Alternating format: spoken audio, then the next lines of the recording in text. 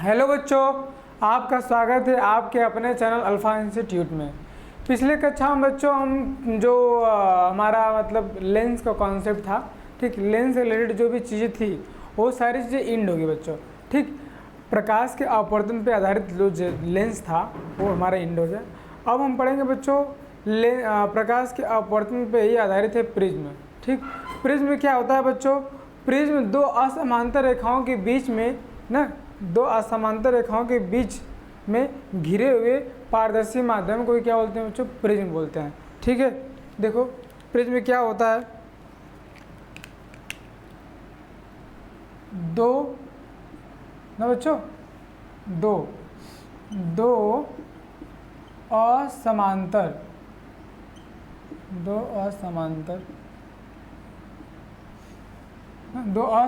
बच्चों दो असमांतर पृष्ठों के बीच न बच्चों घिरा हुआ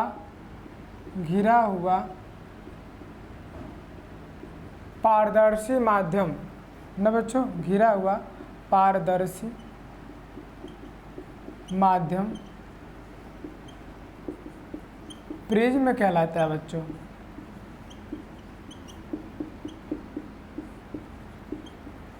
इस बात को समझो, क्या कह रहे हैं? दो असमांतर पृष्ठों के बीच से पृष्ठों के बीच से घिरा हुआ पारदर्शी माध्यम प्रिज्म कहलाता है बच्चों ना। तो देखो ये ऐसा होता है, ठीक है। ये देखो बच्चों दो असमांतर पृष्ठ हैं, एक पृष्ठ है एक पृष्ठ है। इन पृष्ठ के बीच में जो घिरा हुआ आकृति है वही क्या कहलाता है बच्चों? प्रिज्म कहलाता है। अगर कि इसको 3D पिक्चर बनाना चाहें तो कुछ ऐसा बनता है बच्चों।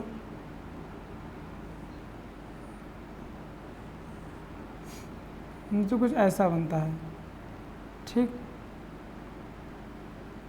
तो ये जो इसके बीच में घिरा हुआ भाग है, ठीक, ये आपका देखो बच्चों क्या है, दो असमांतर पृष्ठ है बच्चों, एक ये पृष्ठ है एक ये पृष्ठ है।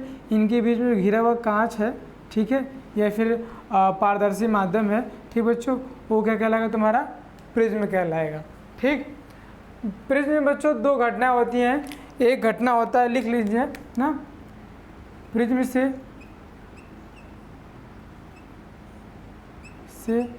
दो घटनाएं होती हैं,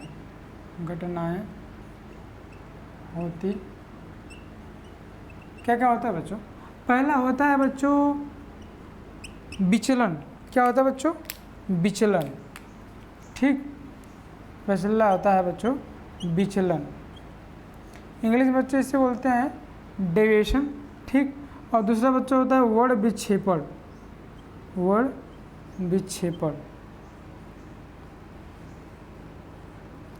ठीक, पहला होता है विचलन, दूसरा होता है वर्ण विक्षेपण।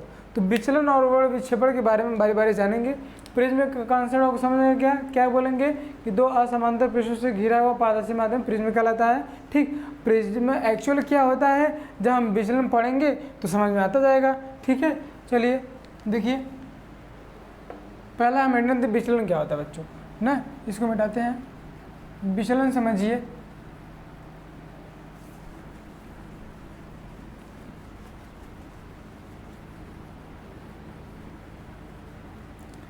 देखो आगे आने वाले मतलब जो लेक्चर है जो इसमें क्या क्या बात करेंगे हम, इसमें बात करेंगे कि मतलब विचलन होता है तो कितना विचलन कोण हुआ। ठीक है, अब विचलन कोण जब ज्ञात हो जाएगा तो हम ज्ञात करेंगे कि इस पूरी घटना में, ठीक है बच्चों, मतलब जो हमारा डेविएशन और प्रिज्म एंगल होता है, प्रिज्म एंगल के रिस्पेक्ट में हम इसका जो मतलब जो कांच होता है फिर जो भी पारदर्शी माध्यम होता है उसका हम अपवर्तनांक निकालेंगे। ठीक, इसमें दो चीज़ें करेंगे, फिर इसको वर्ण विक्षेपण बारे इसकी घटना वर्ण विक्षेपण के बारे में पढ़ेंगे बच्चों। फिर इसके बाद इस मतलब प्रिज्म का एंडिंग होगा।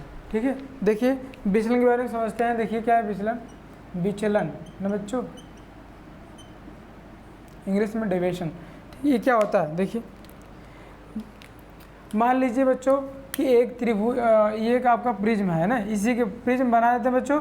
प्रिज्म के बारे में ही लिखेंगे हम लोग ना। ठीक, ये प्रिज्म बच्चों ना, इनका झुकाव मान लो बच्चों, मैं मान लेता हूँ कि ए है। ठीक, इनका झुकाव ए मान लिया, थोड़ा बड़ा फिगर बनाते हैं। ठीक, ताकि आप लोगों को समझ में आए। ठीक, यहाँ पे हम विचलन के बारे में लिखेंगे, यहाँ हम विचलन के बारे में लिखेंगे, ठीक। उधर फिगर बनाते हैं विचलन, ठीक बच्चों। इधर मैं फिगर के बारे में लिखता हूँ, ठीक, फिगर बनाता हूँ, ये इधर लिखेंगे। इधर फिगर देखिए बड़ा सा,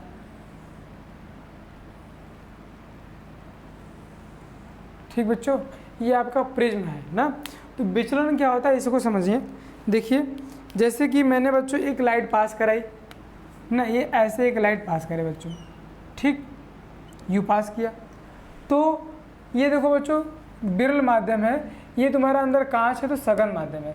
जब विरल माध्यम से सघन माध्यम में लाइट आती है तो क्या होता है बच्चों, नॉर्मल से क्या होती है बच्चों, झुक जाती है ना। तो इसका नॉर्मल खींच देते हैं, क्या होता है बच्चों, देखिए इसका नॉर्मल क्या हो जाएगा, इसका नॉर्मल हो जाएगा आपका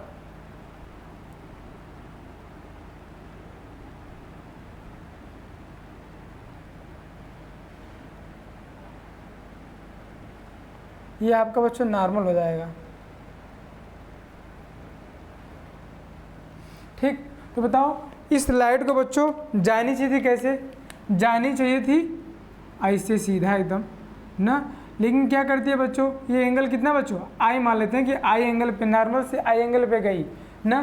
जाना चाहिए था बच्चों इसको एकदम सीधा जाना चाहिए था ना, एकदम सीधा जाना चाहिए था।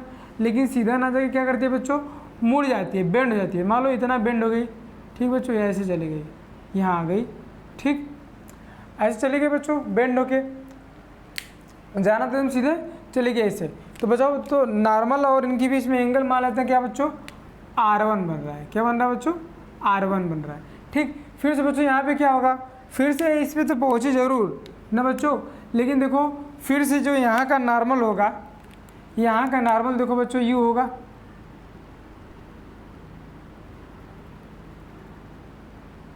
नॉर्मल दिखना चाहिए, ठीक, ये हो जाएगा इसका नॉर्मल,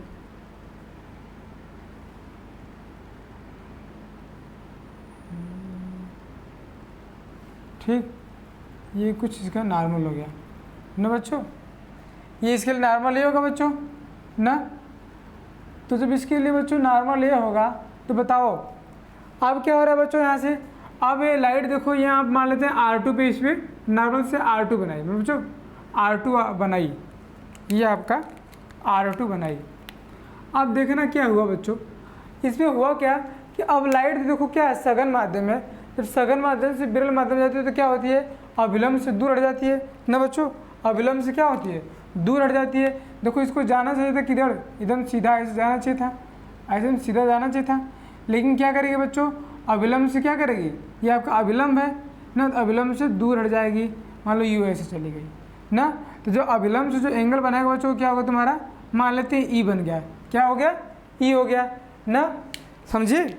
तो मतलब आई एंगल से पास किया बच्चों, ई एंगल से निकला ना। तो बच्चों जो लाइट पास कर रही है, ये जो लाइट पास कर रही है, जो लाइट निकली, जो प्रकाश की किरण क्या करे बच्चों, अंदर पेंड करके जा रही है, ये निर्गत किरण है ना बच्चों। निर्गत किरण मान लेते हैं इसको, निर्गत किरण ना बच्चों। ये बच्चों क्या है तुम्हारा, आपतित किरण, आपतित किरण, ठीक। तो बच्चों आपतित किरण और निर्गत किरण के बीच में जो एंगल बनता है हमारा बच्चों, आपतित किरण और निर्गत किरण के बीच में जो हमारा एंगल बनता है बच्चों, वही हमारा क्या कहलाता है, विचलन कहलाता है ना, वही विचलन कहलाता है, तो विचलन कोण कहलाता है। और इस घटना को विचलन कहते हैं। देखिए कैसे होता है, देखिए आप देखो ये वाली लाइट जो तुम्हारी थी बच्चों ना, ये निर्गत आपतित किरण यही है, ठीक। आपतित किरण को सीधा खींचिए, आप को आगे लेकर जाइए, ये यू देखा आपका गया, या आपतित किरण है बच्चों ये ना, ठीक। अब क्या करो बच्चों, ये तुम्हारी क्या थी बच्चों, आपतित किरण है, सीधा नहीं जा रहा है क्या, थोड़ा टेढ़ा हो जा रहा है, समझना, ठीक। यहीं से टेढ़ा हो रहा है कुछ, ऐसे ऐसे ऐसे इसको ध्यान में रखते हुए खींचिए, इसको ध्यान में रखते हुए खींचिए, यो आपका ऐसा, ठीक। ये अगर बच्चों क्या तुम्हारा, ये तुम्हारा क्या है, आपतित किरण ऐसे जाती, ठीक। निर्गत किरण को बच्चों पीछे बढ़ाएंगे तो इनके बीच में हमको एंगल मिल जाएगा। बढ़ाओ नीचे पीछे, देखो पीछे बढ़ाते हैं इसको, मिल रहा है ना, ठीक, ये भी मिल रहा है।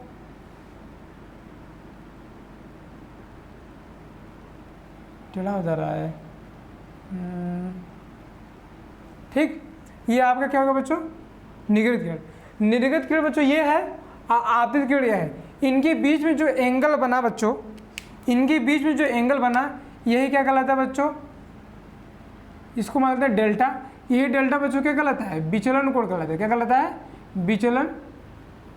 विचलन कोण कहलाता है बच्चों, ठीक है। इसी लेमडा को हम कैलकुलेट करेंगे, क्या करेंगे, इसी लेमडा को हम कैलकुलेट करेंगे। देखिए कैसे करेंगे, आप देखिए, इस जो आपका ये है, इसका नाम ए दे दीजिए, इसका नाम बी दे दीजिए, इसका नाम सी दे दीजिए, और ये जो पॉइंट बना है बच्चों, इसका नाम हम दे देते हैं ओ, ठीक बच्चों। ये मान लेते हैं कि पी लाइट यहाँ से निकली, ठीक, और क्यू पे पहुँची ना बच्चों, पी से निकली क्यू पे पहुँची। इसको ब्लैक से रखते हैं, नहीं रेड से रखते हैं। पी से निकली बच्चों, ठीक, क्यू पे पहुँची, ठीक, क्यू पे पहुँची, फिर क्यू से कहाँ गई बच्चों, आर पे गई, फिर एस पे निकल गई ना, एस पॉइंट तक निकल गई ना। अब बच्चों इसको ओ मान लिए, इसको क्यू मान लिए, इसको आर मान लिए, इसको कुछ मान लीजिए, मान लेते हैं बच्चों, इसको हम मान लेते हैं आपके हिसाब से, इसको ऐसा हो गया, टी मान लेते हैं इसको, ये पॉइंट बच्चों टी मान लेते हैं इसको, ठीक है, टी मान लिए। अच्छा, अब देखो बच्चों, अब क्या करेंगे हम लोग, इस वाले एंगल को ए मान लीजिए, क्या है बच्चों, ए एंगल ए है, होगा ही, ठीक। अच्छा, हाँ, अब देखो यहाँ इसके बारे में थोड़ा लिख लेना, विचलन क्या होता है, क्या कहोगे,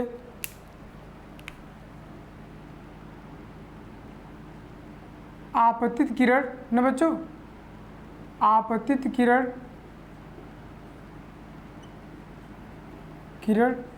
ठीक, प्रिज्म से अपवर्तन के पश्चात, प्रिज्म से अपवर्तन के पश्चात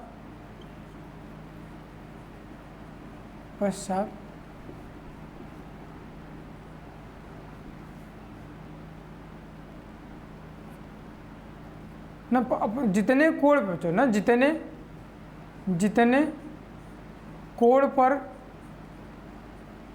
ठीक, जितने कोण पर निर्गत होती है ना बच्चों, आपतित किरण प्रिज्म से अपवर्तन के पश्चात जितने कोण पर निर्गत होती है, निर्गत होती है, उसे हम, ठीक, उसे हम प्रिज्म, उसे हम विचलन, उसे हम विचलन, उसे हम विचलन कहते हैं,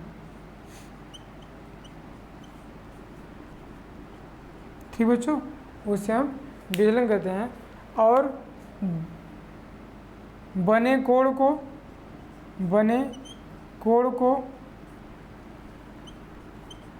विचलन कोण कहते हैं ना बच्चों, विचलन कोण कहते हैं। इसे बच्चों डेल्टा से प्रदर्शित करते हैं, किसे कहते हैं, डेल्टा से प्रदर्शित करते हैं, ठीक बच्चों। तो पहला हम क्या कर ले बच्चों ना, हमको एंगल ए पता करना है, तो एंगल ए पता करते हैं ना। तो बताइए, हम ए पे लिखेंगे कि त्रिभुज, नहीं बच्चों, चतुर्भुज ना बच्चों। आइए आप लोग, चतुर्भुज ए क्यू ओ आर में, किसी बच्चों, ए क्यू ओ आर में क्या होगा बच्चों, बताइए, एंगल ए बच्चों प्लस में एंगल क्यू बच्चों प्लस में angle A plus angle Q plus angle O plus angle R equal to कितना बच्चों, 360 डिग्री होगा ना बच्चों। और क्या हो सकता है बच्चों, जब चतुर्भुज होता है, चतुर्भुज के सामने जो दो कोण होते हैं उनका सम कितना होता है बच्चों, 180 डिग्री होता है। तो क्या लिख दोगे, एंगल ए प्लस में बच्चों एंगल ओ इक्वल टू कितना बच्चों, 180 डिग्री, तथा ना बच्चों, तथा और क्या हो जाएगा बच्चों, एंगल क्यू और प्लस में एंगल आर ना, एंगल क्यू और प्लस में एंगल आर इक्वल टू कितना बच्चों 180 डिग्री ना। तो बताओ बच्चों, अब आओ तो इसमें किस में आओगे बच्चों, त्रिभुज ओ क्यू आर में आइए ना। आप क्या लिखेंगे, त्रिभुज, हमारा मेन उद्देश्य अभी क्या है, एंगल ए निकालना। ठीक, एंगल ए जब हमारा निकल जाएगा तो फिर हम डेल्टा निकालेंगे। ठीक, देखिए आप देखो ए में करने के लिए हमको एक काम करना पड़ेगा, क्यू आर ओ में आइए, त्रिभुज क्यू आर ओ में बच्चों क्या आ जाएगा बताइए, त्रिभुज ओ, हाँ त्रिभुज क्यू ओ आर में बताइए क्या हो जाएगा, R1 plus R2 plus angle ओ ना, एंगल R1 बच्चों प्लस एंगल R2 प्लस में एंगल O इक्वल टू कितना हो जाएगा बच्चों 180 डिग्री हो जाएगा ना। इसको माने ना बच्चों इक्वेशन नंबर 1 माने रहना। ठीक, तो समीकरण 1 मान लीजिए, समीकरण नंबर 2 मान लीजिए। समीकरण नंबर 1 और 2 की हेल्प से क्या मिल जाएगा बच्चों, देखो एंगल O इक्वल टू बताइए, angle O equal to 180 minus angle A लिख सकते हैं, angle O equal to 180 minus angle A लिख सकते हैं, लिख दीजिए angle R1 plus angle R2 ना बच्चों प्लस में 180 ना बच्चों 180 माइनस एंगल ए बराबर बच्चों 180। सही बात है कि नहीं। फिर क्या करोगे 180 से 180 कैंसिल ना, तो एंगल R1 बच्चों plus angle R2 equal to कितना आ गया बच्चों, एंगल ए आ गया। तो मतलब एंगल ए इक्वल टू कितना हो गया बच्चों, angle R1 plus angle R2। इतनी बात समझ में आई। ये क्या कहलाता है बच्चों, तुम्हारा प्रिज्म कोण कहलाता है। क्या कहलाता है तुम्हारा, प्रिज्म कोण कहलाता है, प्रिज्म कोण। इतना समझिए बात ना। Angle A equal to angle R1 plus angle R2 क्या कहलाएगा आपका, प्रिज्म कोण कहलाएगा। ठीक, अच्छा बच्चों इधर को थोड़ा सा मिटाते हैं। हमारा प्रिज्म कोण तो आ गया, हमारा डेल्टा निकालने का उद्देश्य है। डेल्टा कैसे निकलेगा देखिए, क्वेश्चन से पूछते हैं ए निकालने के लिए पूछता है, डेल्टा निकालने के लिए इसे R1 R2 दे देगा फिगर से, बोल देगा कि ए निकालिए, प्रिज्म कोण निकालिए, तो निकाल दोगे ना। अब बच्चों डेल्टा मतलब क्या बच्चों, डेविएशन, विचलन कोण। वो कैसे निकालेंगे बच्चों, हमको R1 plus R2 equal to angle A मिल गया। अब बच्चों देखो हम क्या करते हैं, ये बताइए कि ये एंगल आई है बच्चों, तो शीर्षाभिमुख कोण के कारण ये पूरा भी बच्चों आई होगा कि नहीं होगा। शीर्षाभिमुख कोण के कारण ये एंगल आई है ना, तो ये भी एंगल आई होगा।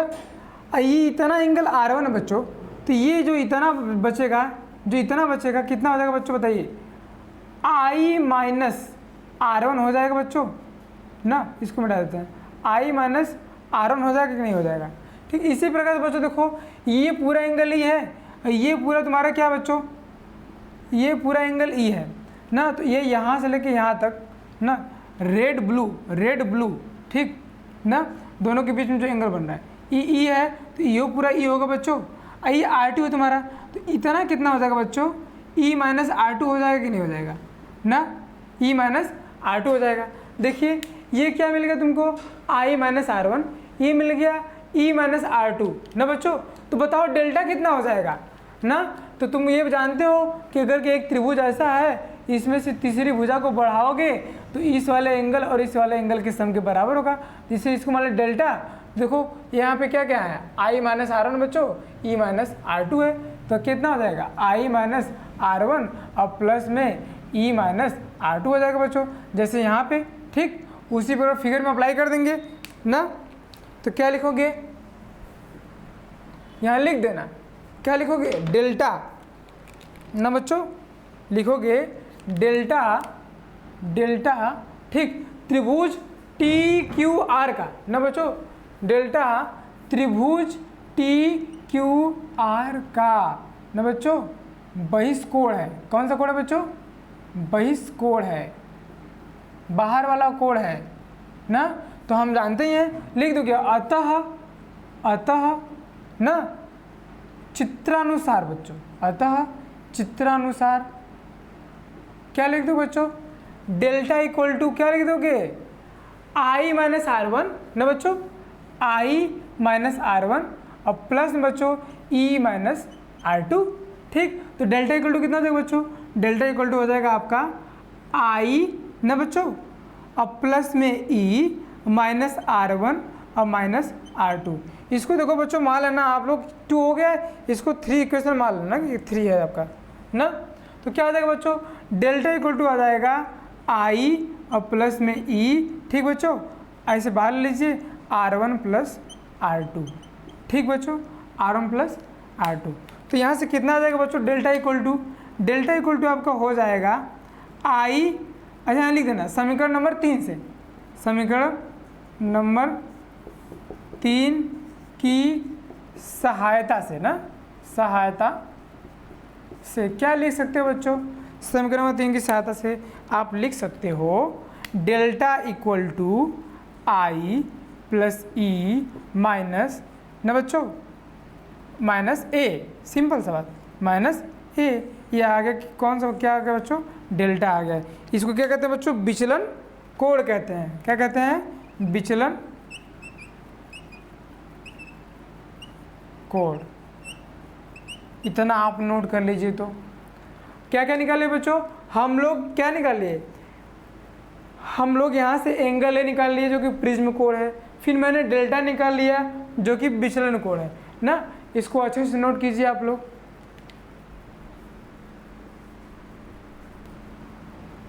ठीक बच्चों, नोट तो हो गया होगा ना, इतना समझे। देखो क्या किया मैंने जो विचलन कोण था एंगल ए निकाला, और आपका जो डेविएशन था मैंने लेमडा निकाला और एंगल ए निकाला।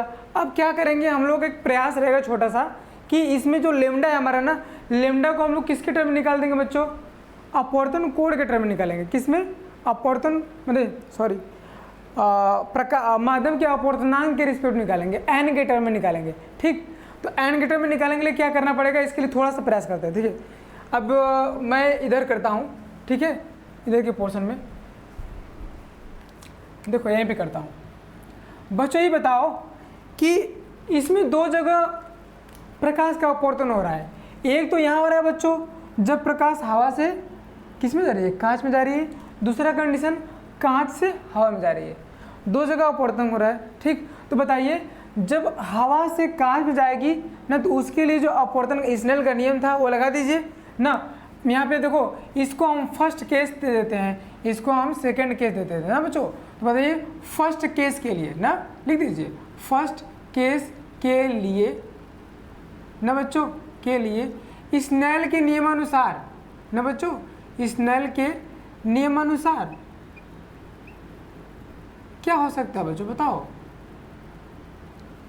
देखो स्नेल के नियमानुसार क्या हो सकता है, पढ़े हो, क्या हो पढ़े हो, साइन आई, याद रखो, साइन आई अपान में साइन आर बच्चों ना। यहाँ पे आर क्या है बच्चों, R1 है ना। साइन आई अपान में साइन आर, यहाँ पे आर क्या है, R1 है। साइन R1 ना बच्चों इक्वल टू क्या जानते हैं आप लोग, एन, ठीक, जी ना, NGA, ठीक, NGA ऐसे लिखते हैं ना, या तो ऐसे लिखते हो म्यू जी ए ऐसे लिखते हो, या फिर NGA ऐसे लिखते हो, या फिर क्या लिखते हो बच्चों, NGA ऐसे लिखते हो। देखो साइन आई अपन में साइन R1 इक्वल टू क्या हो जाएगा, NGA। ठीक, मतलब जिधर को लाइट जाती है, ठीक, जिधर को लाइट जाती है उसको पहले लिखते हैं। तो कहाँ जा रही है बच्चों, ग्लास में जा रही है तो ग्लास को सटा के लिखते हैं। ये बात हम बताए थे आपको कि जिधर को लाइट जाती है उसको एकदम एन की सटा के लिखते हैं। ठीक, NGA। अच्छा बच्चों ये भी जानते हो कि जो आई है R1 है बहुत छोटा छोटा है, तो हम आराम से साइन को हटा सकते हैं। ठीक, ये बता दिए थे, यहाँ लिख लेना। ठीक, एंगल आई व एंगल R1 अत्यंत छोटे हैं बच्चों, अत्यंत छोटे हैं। ठीक, इसलिए क्या हो जाएगा, इसलिए बच्चों क्या हो जाएगा, आई अपान में R1 इक्वल टू कितना देगा बच्चों, NGA हो जाएगा। आई अपान में R1 इक्वल टू NGA हो जाएगा। R1 को उधर भेज दीजिए बच्चों, तो आई इक्वल टू कितना हो जाएगा बच्चा, R1 NGA। इसको मान लेना बच्चों, कौन सा इक्वेशन पहुंचे थे बच्चों, इक्वेशन नंबर 3, ये आ गया, मतलब इक्वेशन नंबर 4 आ गया ना बच्चों। अब इसको मान लो इक्वेशन नंबर 5, मैंने आई का मान निकाल लिया ना। अब देखो बच्चों मैं क्या करता हूँ कि थोड़ा सा यहाँ पे करता हूँ अब ना। आप देखो सेकेंड केस के लिए बच्चों देखना, सेकेंड केस के लिए ना, सेकेंड केस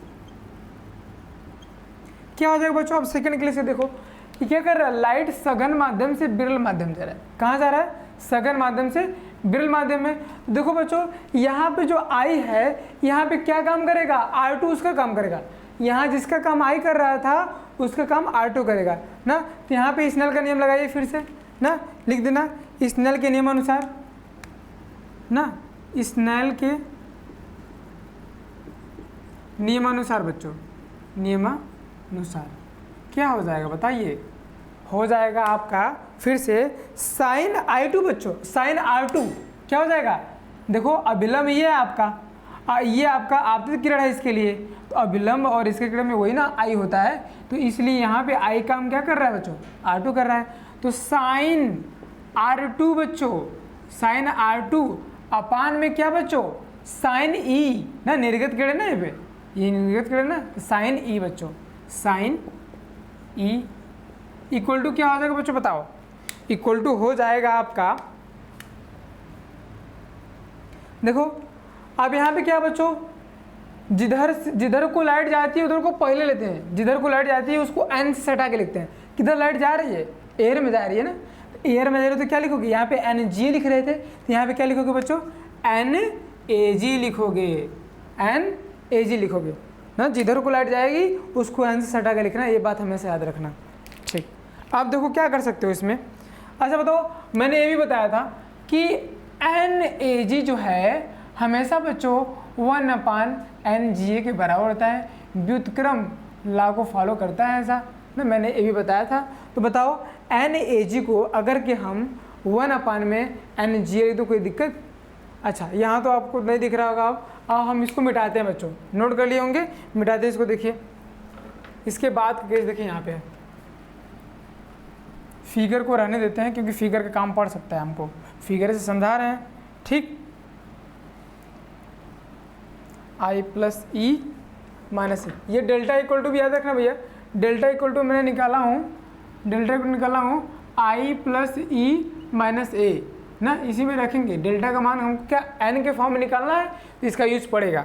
ठीक, देखिए अब हमारा I का मान निकल गया, यहाँ से I2 का, यहाँ भी देखो बच्चों R2 व E एंगल बहुत छोटे हैं बच्चों, बहुत छोटे हैं, अतः बच्चों क्या हो जाएगा, साइन R2 क्या हो जाएगा बच्चों, R2 के इक्विवेलेंट हो जाएगा।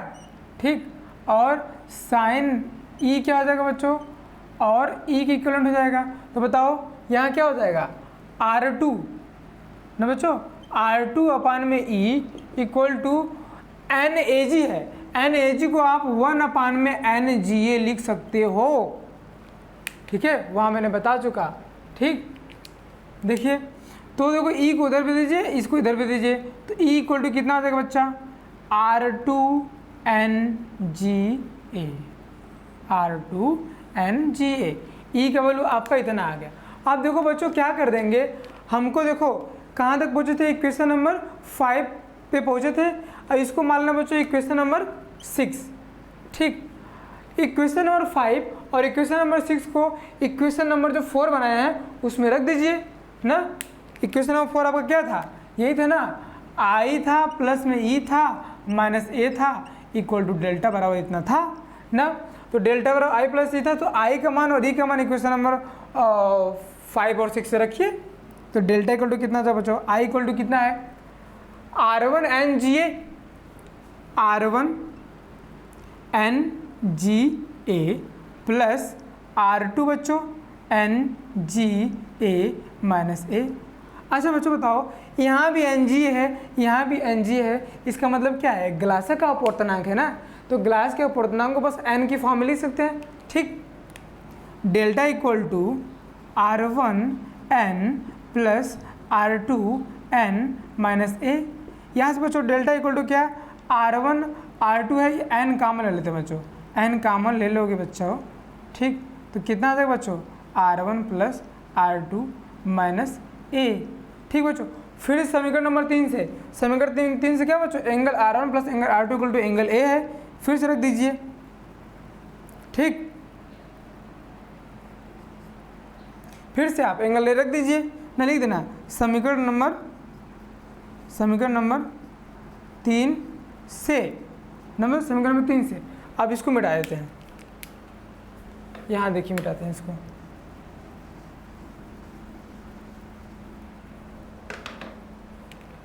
देखिए कितना था बच्चों, डेल्टा इक्वल टू हो जाएगा आपका एन ए माइनस ए। तो डेल्टा इक्वल टू कितना था बच्चों, n minus 1 into n into A. ठीक, मतलब बच्चों क्या कर सकते हो यहाँ से कि जो हमारा विचलन कोण होता है, जो हमारा विचलन कोण होता है वो प्रिज्म कोण ना बच्चों, प्रिज्म कोण ए है ना, प्रिज्म कोण और ग्लास की जो हमारा जो अपवर्तक माध्यम है, ठीक, उस पर निर्भर करता है। किस पे निर्भर करता है, प्रिज्म कोण पे, कि वो पृष्ठ कितने पे झुका है इस पर भी निर्भर करता है, और उसका अपवर्तनांक कितना है इस पर भी निर्भर करता है। इतना आप नोट कर लीजिए।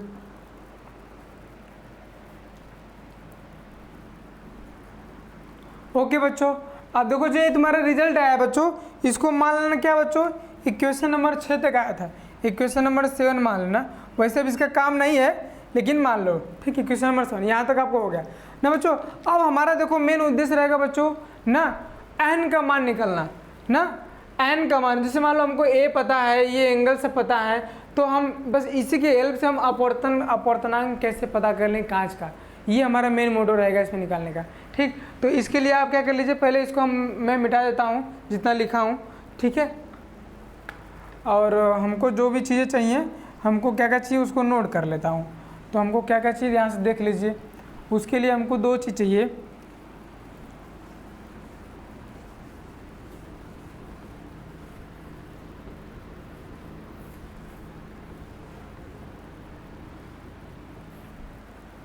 देखिए हमको उसके लिए चाहिए बच्चों ये वाला डेल्टा इक्वल टू, क्या delta equal to I plus E ना बच्चों, आई प्लस ई माइनस ए बच्चों, ये चाहिए एक। और हमको चाहिए बच्चों क्या, ए इक्वल टू बच्चों R1 प्लस R2 ना, ये 2 चीज़ चाहिए। ठीक, तो इसको नोट में रखिए ना।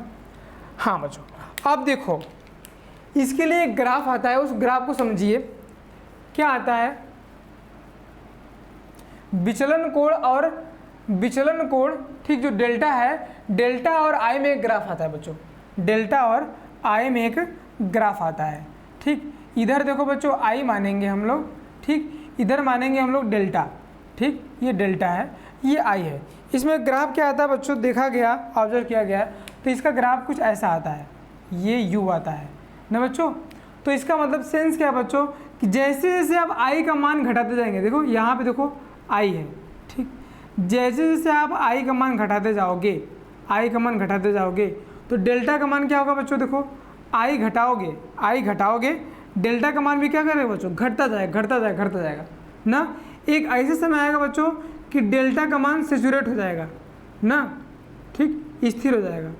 फिर उसके बाद जब आई को घटाएंगे आप, तो डेल्टा का मान क्या करेगा बच्चों, बढ़ता जाएगा। फिगर समझ रहे हो, एक ऐसा आता है जिस पॉइंट पे डेल्टा सबसे मिनिमम हो जाता है बच्चों, वो क्या कहलाता है, क्या, डेल्टा मिनिमम। ठीक, उसके लिए जो आई होता है तुम्हारा, आई करते हैं कि मान लो इस आई पे ये डेल्टा मिनिमम हो गया।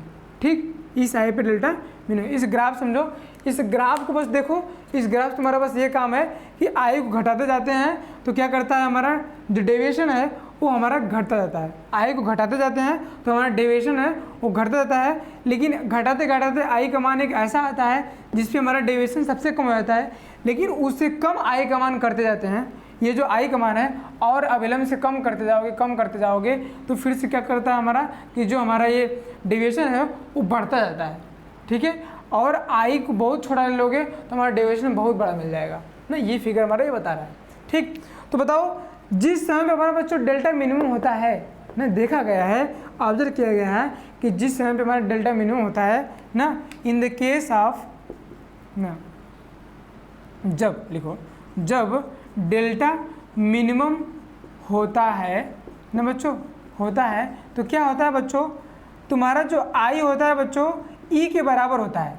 मतलब डेल्टा मिनिमम के केस में बच्चों आई ई के बराबर हो जाता है, आई ई के बराबर हो जाता है। और दूसरा केस देखा बच्चों R1 R2 के बराबर हो जाता है। किसके बराबर होता है? R1 बच्चों R2 के बराबर हो जाता है। ठीक, इतनी बात समझ आए बच्चों? आई किसके बराबर होता है? ई के बराबर, R1 R2 के बराबर। अच्छा, ये तो बात समझ में आई बच्चों। यहाँ से देखो बच्चों क्या कर सकते हो, डेल्टा इक्वल टू क्या, आई और ई की जगह जब आप लोग बस यही रख देंगे आई केवल, तो क्या हो जाएगा बच्चों? देखिए यहाँ पे अगर के इसी इक्वेशन में पुट कर दीजिए, डेल्टा की जगह I equal to E put कर दीजिए बच्चों, I equal to E put कर दीजिए, ई इक्वल टू आई, ई की जगह पे आई रख दीजिए, तो डेल्टा इक्वल टू हो जाएगा बच्चों 2i माइनस ए ना बच्चों। तो आई को उधर लाइए, मतलब ए को उधर लाइए, तो डेल्टा प्लस में ए बच्चों आपान में 2 इक्वल टू आई आ जाएगा। पक्का बात है, आई का मान आ जाएगा।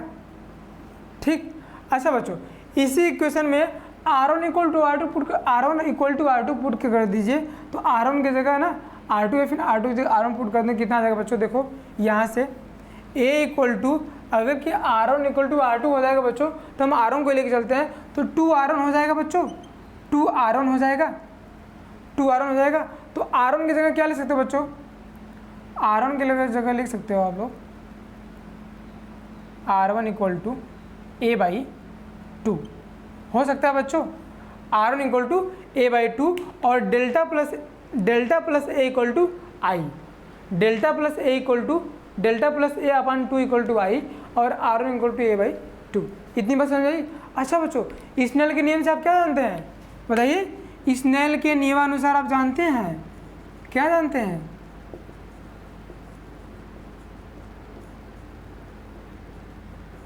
स्नेल के नियमों से जानते हैं आप लोग कि साइन आई बच्चों, साइन आई अपान में साइन आर इक्वल टू जानते हैं आप बच्चों एन जानते हैं। एन क्या है? ग्लास का अपवर्तनांक है। रख दीजिए आई का मान डेल्टा प्लस ए, साइन डेल्टा प्लस ए अपान 2, डेल्टा प्लस ए अपान में 2 बच्चों। ठीक, साइन डेल्टा प्लस ए अपान में 2 अपान बच्चों क्या हो जाएगा? साइन, ठीक, A/2। ये होता है बच्चों n का फार्मूला। किसका फार्मूला? n का फार्मूला। इससे भी हम n निकाल सकते हैं। कैलकुलेट कर लीजिए या नोट कर लीजिए बच्चों।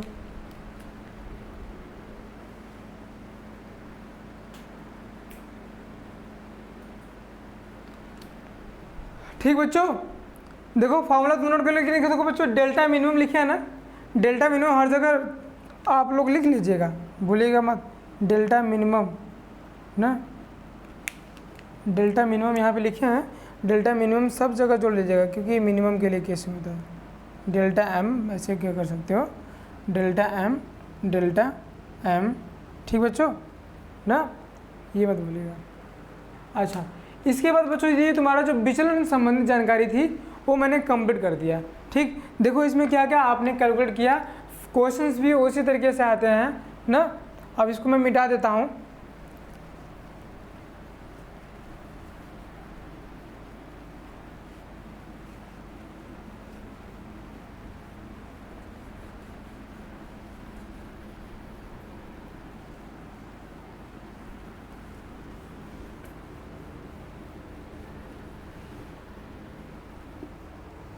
क्या क्या जाना बच्चे इसमें हम लोग? डेल्टा इक्वल टू हम लोग क्या जाना बच्चों? आई प्लस ई माइनस ए ना। अगर कि हमको आई पता रहेगा, ई पता रहेगा और ए पता रहेगा तो डेल्टा निकाल लेंगे। ठीक, हमको R1 R2 पता रहेगा बच्चों तो विचलन कोड निकाल लेंगे। 2 चीज़ जानकारी जाने ना बच्चों। और क्या जाने बच्चों, अगर कि हमको डेल्टा पता है, हमको ए पता है, प्रकाश का अपवर्तनांक पता है, तो उसके लिए n-1 इंटू ए भी पता किए बच्चों ना, ये पता किए। और फिर हमारा आके n का फॉर्मूला आया हमारा कितना है बच्चों? साइन डेल्टा प्लस ए अपान में 2 अपान में साइन A/2 बच्चों। इतनी जानकारी हम लोग किस में जाने बच्चों? विचलन से संबंधित। किसके संबंधित? विचलन से संबंधित जानकारी पाए। इसको एक जगह नोट कर लीजिए तो आपको मतलब क्वेश्चंस लगाने में आसानी होंगे। ठीक, इसके बाद बच्चों दूसरा केस आता है, इसमें आता है वर्ड विक्षेपण ना बच्चों। वर्ण विक्षेपण आता है। तो वर्ण विक्षेपण को जरा समझिए आप लोग, क्या होता है वर्ण विक्षेपण।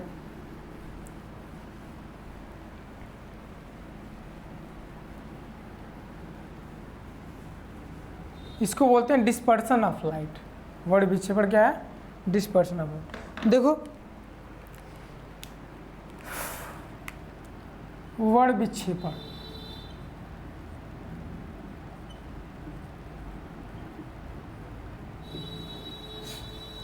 इसका मीनिंग ये है बच्चों कि जब कोई प्रकाश की, जब कोई श्वेत प्रकाश किरण ना, इसमें क्या है? श्वेत प्रकाश किरण। जब कोई श्वेत प्रकाश की किरण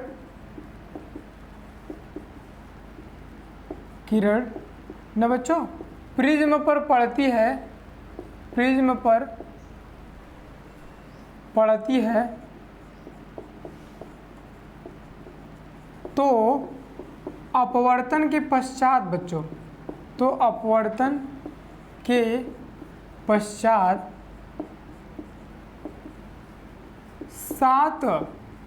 7 विभिन्न रंगों में,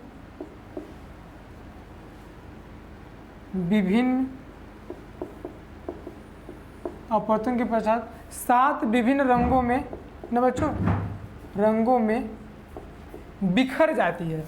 ठीक, बिखर जाती है। इस घटना को बच्चों, इस घटना को वर्ण विक्षेपण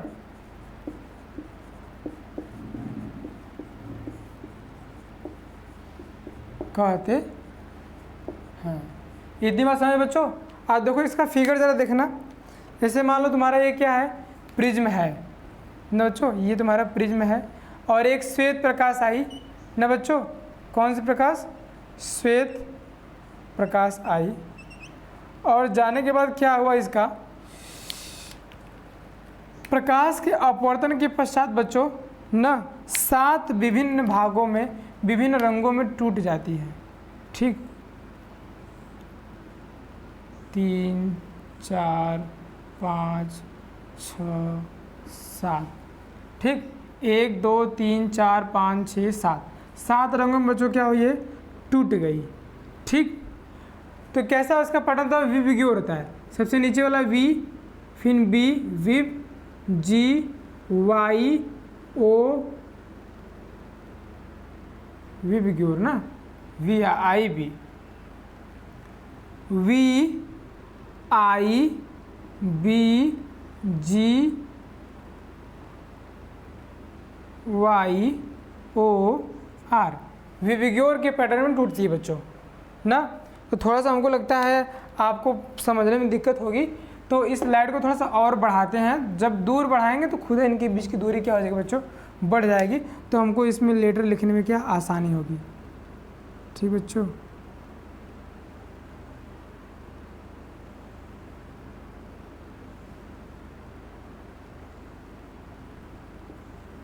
ना ये 7 रंगों में टूटी। अब यहाँ हम नाम लिखते हैं। ठीक, अब यहाँ हम नाम लिखते हैं। क्या है बच्चों? V I B G Y O R, विविग्योर ना बच्चों।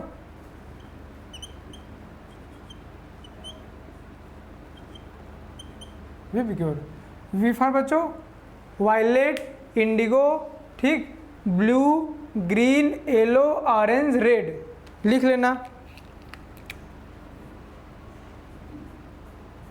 1 2 3 4 5 6 और 7। तो वी फॉर बच्चों वायलेट, ठीक, Indigo, blue, green, yellow, orange, red ना बच्चों। इतना समझ में आया? लेकिन बच्चों इसमें एक हम लोग पैटर्न देखेंगे। देखो इसमें सबसे ज़्यादा फ्रीक्वेंसी किसकी होती है बच्चों? सबसे ज़्यादा फ्रीक्वेंसी होती है वायलेट की ना, वायलेट की सबसे ज़्यादा फ्रीक्वेंसी होती है। और सबसे कम वेवलेंथ इसका होता है, सबसे कम वेवलेंथ इसका होता है, सबसे ज़्यादा फ्रीक्वेंसी इसकी होती है। तो मतलब आगे फ्रीक्वेंसी के केस में क्या बच्चों, तो ये जब इधर से इधर जाएगा तो फ्रीक्वेंसी इसकी घटेगी ना बच्चों, और वेवलेंथ मतलब लेमडा बच्चों क्या करेगा, बढ़ेगा। मतलब जैसे जैसे हम बी से आर की तरफ जाएंगे हमारा फ्रीक्वेंसी क्या है, जब बढ़ता है और वेवलेंथ घटता है। यहाँ लिख देना बच्चों, लिख दो क्या लिख दोगे कि बैगनी रंग का बच्चों, बैगनी रंग की आवृत्ति, बैगनी रंग की आवृत्ति क्या होती है बच्चों, सबसे अधिक होती है, सबसे अधिक होती है बच्चा, सबसे अधिक होती है, तथा ना बच्चों, तथा लाल रंग की ना, लाल रंग की आवृत्ति क्या होती है बच्चों, सबसे कम होती है। लाल रंग की आवृत्ति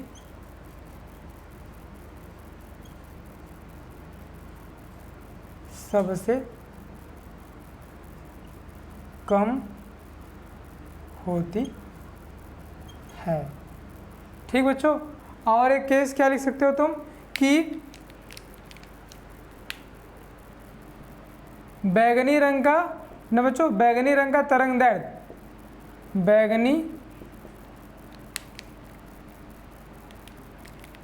बैगनी रंग का तरंगदैर्ध्य बच्चों, तरंगदैर्ध्य सबसे कम होता है बच्चों, कम होता है। वह लाल रंग का तरंगदैर्ध्य,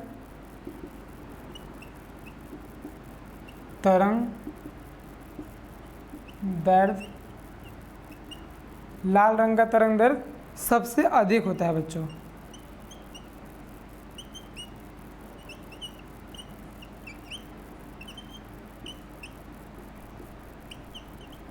लाल रंग का तरंगदैर्ध्य सबसे अधिक होता है, इसीलिए दूर से आते हुए ट्रेन को भी क्या करता है तुम्हारा, ये दिख जाता है लाल रंग। क्यों? क्योंकि उसका वेवलेंथ ज़्यादा है ना, ज़्यादा रेंज तक दिखाई पड़ता है। ठीक, और बैगनी रंग क्यों नहीं दिखता है, क्योंकि उसका वेवलेंथ बहुत कम है। ठीक, थोड़ी ही देर में मतलब थोड़ी ही जगह में उसका मतलब इफेक्ट दिखाई पड़ता है। ठीक, तो ये नोट कर लीजिए आप लोग ना। बस देखो ये पैटर्न याद करना, वी मतलब वी फाइव, जिसके मान लीजिए किसी का नाम बिमलेश है ना, तो बिमलेश सोचेगा वी मेरी आवृत्ति सबसे ज़्यादा होती है, बस इतना याद कर लो, बिमलेश की आवृत्ति सबसे ज़्यादा है अपने नाम से, या फिर जिसका भी नाम हो, या फिर तुम्हारे खुद करीबी दोस्त का नाम वी से है तो याद कर लो कि इसकी फ्रिक्वेंसी क्या है, बहुत ज़्यादा है। जिसकी फ्रिक्वेंसी बहुत ज़्यादा है उसका वेवलेंथ क्या बच्चों, उसका क्या वेवलेंथ सबसे कम है। क्यों? क्योंकि आप जानते हो लोग सी इक्वल टू क्या होता है बच्चों, सी इक्वल टू नहीं, न्यू इक्वल टू बच्चों, न्यू इक्वल टू होता है सी बाई लेमडा होता है बच्चों। मतलब जिसकी फ्रीक्वेंसी सबसे ज़्यादा उसका वेवलेंथ सबसे कम, जिसका वेवलेंथ सबसे ज़्यादा उसकी फ्रीक्वेंसी सबसे कम ना। इस पैटर्न पे याद किया, बस एक याद कर लीजिए, किसी का नाम ठीक बिमलेश, विशाल, या फिर किसी का उसकी फ्रीक्वेंसी सबसे ज़्यादा ना, ऐसा करके, या फिर उसको आप लोग डिमोटिवेट करना चाहते हैं तो उससे ऐसा बोल दीजिए कि अरे बिमलेश की वेवलेंथ सबसे कम है। ठीक, ऐसा करके भी आप लोग याद कर सकते हैं। ठीक, ये अक्सर भूल जाता है बच्चों को, नोट कर लीजिए आप लोग।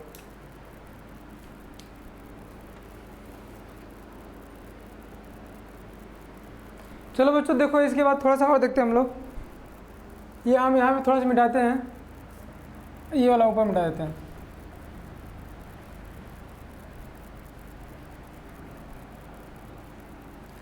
अभी हम लोग पीछे बच्चों क्या पढ़ते हैं, क्या पढ़े हैं, लेमडा इक्वल टू पढ़े हम लोग बच्चों, लेमडा इक्वल टू पढ़े हैं n-1 ना बच्चों, n-1 इंटू ए पढ़े हैं ना बच्चों। और देखो n बराबर आप क्या जानते हो, n बराबर क्या जानते हो बच्चों, n बराबर आप जानते हो ठीक, मतलब v2 अपान में नहीं, v1 अपान में v2। अगर कि तुम्हारा n21 होता था तो क्या लिखते थे, v1 अपान में v2 लिखते थे बच्चों ना। तो मतलब जो v2 है तुम्हारा, ये दिखा रहा है क्या कि माध्यम का है ना, माध्यम में प्रकाश की चाल है। तो माध्यम आपका कौन है, आपका कांच है। ठीक, तो देखिए ये क्या बता रहा है कि जो अपवर्तनांक जो होता है बच्चों, अपवर्तनांक होता है माध्यम का चाल जिसमें माध्यम का चाल, ठीक, जिस माध्यम में प्रकाश की चाल सबसे ज़्यादा रहेगी उसका क्या रहेगा बच्चों, आवृत्ति अपवर्तनांक क्या रहेगा, सबसे कम रहेगा। मतलब ये ज़्यादा तो ये कम। अब इसको यहाँ से देखो बच्चों, न्यू इक्वल टू हम लिख देते हैं क्या, न्यू इक्वल टू लिख देते हैं हम क्या बच्चों, v लिख देते हैं, v बाई लेमडा लिख देते हैं ना। यहाँ समझिए अगर के न्यू देखो किसके लिए ज़्यादा है सबसे, nu equal to V by lambda, तो न्यू किसके इक्वलेंट होगा बच्चों, v के इक्वलेंट होगा। मतलब nu is proportional to v हो गया ना, nu is proportional to v हो गया। तो यहीं से बता दो बच्चों कि जिसका न्यू ज़्यादा ना, मतलब जिसका v ज़्यादा रहेगा बच्चों, ये ज़्यादा, जिसका v ज़्यादा रहेगा ये कम रहेगा, ठीक। तो देखो v ज़्यादा मतलब न्यू ज़्यादा, तो न्यू किसकी ज़्यादा सबसे होती है बच्चों, न्यू मतलब फ्रीक्वेंसी v की सबसे ज़्यादा कम, सबसे ज़्यादा होती है। उसका अपवर्तनांक क्या होगा बच्चों, सबसे, मतलब लिख देंगे अपवर्तनांक ऑफ v ना बच्चों, vn, ठीक। vn क्या हो जाएगा बच्चों बताओ, इसका वेलोसिटी सबसे ज़्यादा है, ठीक, इसके अनुसार फ्रीक्वेंसी ज़्यादा तो वेलोसिटी ज़्यादा, फ्रीक्वेंसी ज़्यादा तो वेलोसिटी ज़्यादा, फ्रीक्वेंसी ज़्यादा तो वेलोसिटी ज़्यादा हो गया। तो यहाँ पे बताओ vn भी क्या हो जाएगा बच्चों, vn सबसे कम हो जाएगा। तो vn कम हो जाएगा किसके अपेक्षा बच्चों, मतलब ये v ऐसे मत लिखिए, n मतलब n लिखिए, यहाँ पे किसके लिए लिख दीजिए, v के लिए ना। वायलेट का फ्रीक्वेंसी, ठीक, अपवर्तनांक कम होगा किसके अपेक्षा बच्चों, n r के अपेक्षा ना, n r के अपेक्षा। मतलब अपवर्तनांक किसके लिए, अपवर्तनांक वायलेट का कम होगा, अपवर्तनांक किसके अपेक्षा बच्चों, r के अपेक्षा। ये सही बात है। अपवर्तनांक मतलब बच्चों बेंडिंग, ठीक। तो ये मान लेते हैं हम अभिलंब ले लेते हैं, ठीक है। ये आपका न्यू ज़्यादा तो v ज़्यादा, ठीक, v ज़्यादा तो n कम, ठीक, v ज़्यादा तो n कम, तो n कम होता है, ठीक, r के अपेक्षा, नहीं nr। रुको बच्चों, यहाँ से इतना lambda equal to n minus 1 into a हो गया, ठीक। तो यहाँ से हम विचलन कोण के बारे में बताना चाहते थे आपको कि जैसे कि, एक मिनट रुकिए आप लोग, एक मिनट रुकिए। तो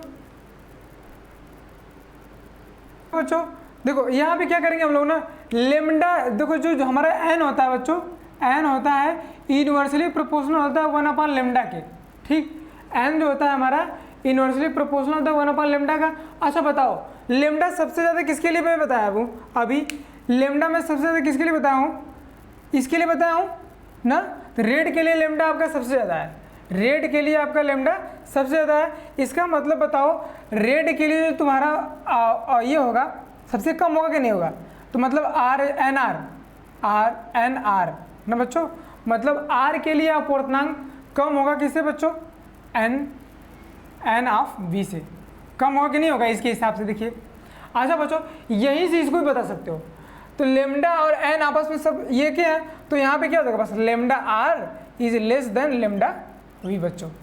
मतलब क्या कह रहा है कि विचलन जो होगा बच्चों सबसे ज़्यादा किसका होगा, सबसे ज़्यादा विचलन बैगनी रंग का होगा, सबसे ज़्यादा कम विचलन लाल रंग का होगा। यहाँ क्या बता रहा है, सबसे ज़्यादा अपवर्तन किसका होगा बच्चों, बैगनी रंग का होगा, सबसे ज़्यादा कम अपवर्तन किसका हो जाएगा, लाल रंग का। देखो दिख भी रहा है ना, देखो आर का अपवर्तन कितना हो रहा है बच्चों, आर का बस जो तुम्हारा अविलंब है इसी इतना हो रहा है, ठीक। और जो तुम्हारा वी है इसका अपवर्तन कितना हो रहा है, तो सबसे ज़्यादा अपवर्तन किसका हो रहा है बच्चों, वी का, बैगनी रंग का। और सबसे कम अपवर्तन किसका हो रहा है बच्चों, लाल रंग का। वही बच्चों डेविएशन में देख लो, डेविएशन किसके किसके पीछे है बच्चों, यही तुम्हारा देखो ये लाइट इंडिकेट लाइट है, ठीक। यहाँ से लाइट आई थी बच्चों ना, तो इसको थोड़ा सा मिलाइए, इसको पीछे खींचते हैं, ऐसे खींचते हैं, ये ऐसे, ये किसके लिए बच्चों डेविएशन, ये डेविएशन किसके लिए है, रेड के लिए ना बच्चों। आप देखिए इसके लिए लाइए, आप इसके लिए लाइए यू और ये यू, ये देखो और बढ़ गया, ये आर था, तो मतलब ये आर है, ये आपका वी है, वी आपका ज़्यादा हो जाता है आर के अपेक्षा, तो डेविएशन देखो वी में ज़्यादा हो जाएगा आर की अपेक्षा। क्यों, क्योंकि डेल्टा इक्वल टू कितना है, n-1 इंटू ए, मतलब डेल्टा बढ़ाओगे तो n बढ़ेगा, n बढ़ाओगे तो डेल्टा बढ़ेगा। ठीक, आए बात समझ बच्चों? अच्छा, ये सब बातें आप लोग नोट कर लीजिए। क्या क्या? ये मेन 3 चीज़ें। डेल्टा इक्वल टू इतना जानते हो, इसी के हिसाब से we know that n proportional होता है 1 लेमडा के, तो लेमडा किसके लिए सबसे ज़्यादा होता है? r के लिए। तो यहाँ से हम लिख सकते हैं कि N R is less than N B और delta R is less than delta B. इसको नोट कर लीजिए आप लोग।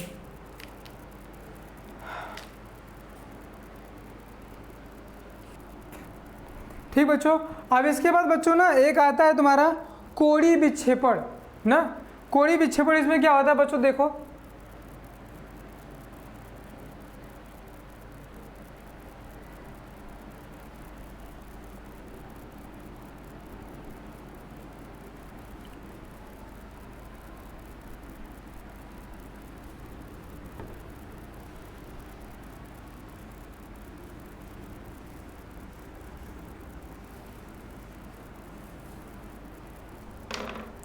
देखो बच्चों, यहाँ से मैंने एक श्वेत लाइट पास कराया, ठीक है, श्वेत लाइट पास किया बच्चों, ये इतने रंगों में टूटा है ना।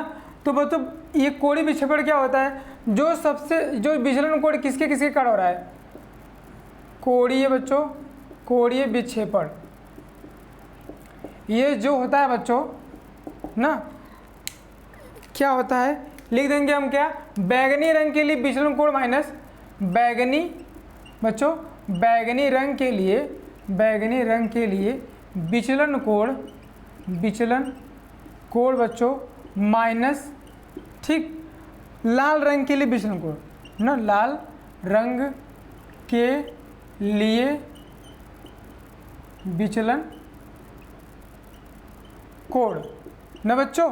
अच्छा, अब यहाँ से देखो, मैंने विचलन कोण का क्या लिखा था? डेल्टा इक्वल टू क्या बच्चों? n-1 इंटू ए लिखा था ना बच्चों ना। अगर कि हम बैगनी रंग के लिखेंगे तो ऐसे लिख दें, डेल्टा v लिख दें ना, इक्वल टू उसके लिए अपूर्णांक कितना हो जाएगा बच्चों? n v हो जाएगा, -1 इंटू ए हो जाएगा। किसके लिए बच्चों? बैगनी रंग के लिए ना। अब लाल रंग के लिए निकालो इसे, लाल रंग के लिए क्या लिखो? मतलब लेमडा आर हो जाएगा इक्वल टू कितना बच्चों? n-r-1 इंटू ए। इसी को वहाँ पे रख दीजिए बच्चों। कितना आ जाएगा बताइए? आपका हो जाएगा एन वी, ऐसे पहले लीजिए, लेमडा अरे delta we minus delta R बराबर क्या हो जाएगा बच्चों? n-v-1 इंटू ए, ठीक बच्चों, माइनस n-r-1 इंटू ए। इसको सॉल्व कर देंगे, कितना आ जाएगा बच्चों? NV, ये माइनस है बच्चों, ये प्लस ही हो जाएगा तो कट जाएगा, तो NV माइनस NR बचेगा बस। ठीक, जो तुम्हारा विचलन कोण आता है बच्चों क्या आता है? NV माइनस NR आता है। मतलब बैगनी रंग का अपूर्णांक माइनस लाल रंग का अपूर्णांक। ये तुम्हारा कितना आता है बच्चों? कोणीय विक्षेपण आता है। इसको नोट कर लीजिए, कोणीय विक्षेपण, कोणीय विक्षेपण नोट कर लीजिए।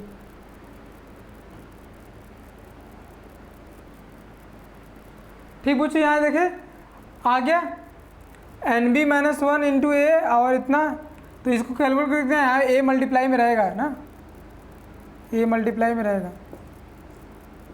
ठीक, अच्छा इसको आप याद रखिए, ये इसको किससे दिखाते हैं बच्चों? ओमेगा से दिखाते हैं। ठीक, मतलब कोणीय विक्षेपण क्या होता है? कोणीय विक्षेपण बैगनी रंग के विचलन कोण और लाल रंग के विचलन कोण का अंतर होता है। ठीक, अंतर क्या कहलाता है? कोणीय विक्षेपण कहलाता है। इसे ओमेगा से दिखाते हैं। ठीक, तो ओमेगा इक्वल टू, इसको आपको कभी मतलब क्वेश्चन में ही आता है अक्सर। ठीक है, तो क्वेश्चन की तरह ट्रीट कीजिए इसे। ओमेगा इक्वल टू कितना, देखो ओमेगा, ये सही से नहीं लगाया हम लोग ना, ओमेगा इक्वल टू ऐसे ऐसे। ठीक, इसकी बात ये है, फिगर की वजह से थोड़ा सा गड़बड़ हो गया ये।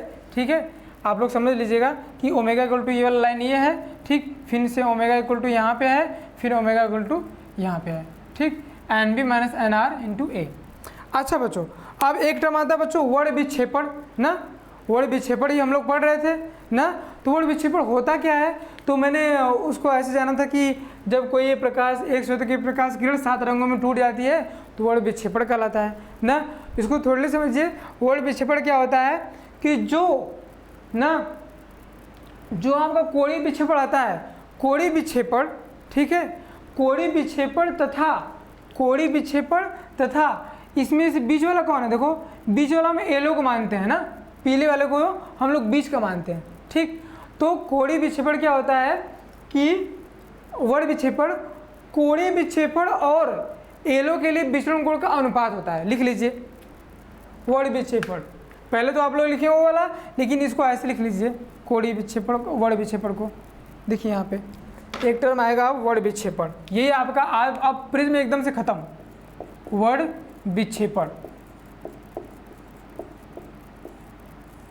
देखो बच्चों क्या होगा, क्या बोलेंगे, कोणीय ना बच्चों, कोणीय विक्षेपण, विक्षेपण ब्रैकेट में दीजिए बच्चों ओमेगा, तथा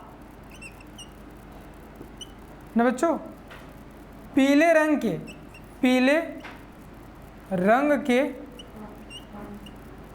विचलन कोण। अब पीले रंग के विचलन मतलब माध्य ना, माध्य रंग के,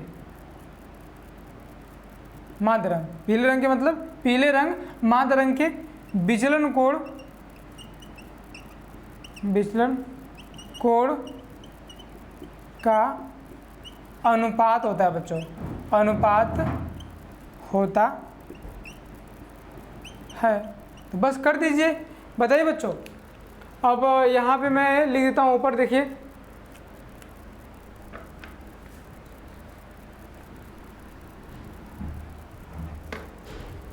फिगर मिटा दूँ, फिगर मिटा देता हूँ, इसकी बगल में लिख देता हूँ, फिगर के बगल में ही।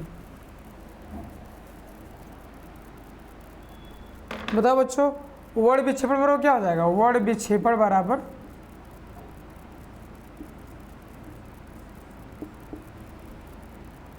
वर्ड विक्षेपण बराबर, ठीक, यही कोणीय ओमेगा ना बच्चों, और उसके लिए डेल्टा मान लेते हैं ओमेगा अपान में डेल्टा वाई, ठीक। ओमेगा क्या है बच्चों, कोणीय विक्षेपण है, और डेल्टा वाई क्या है, विचलन कोण एलो के लिए ना।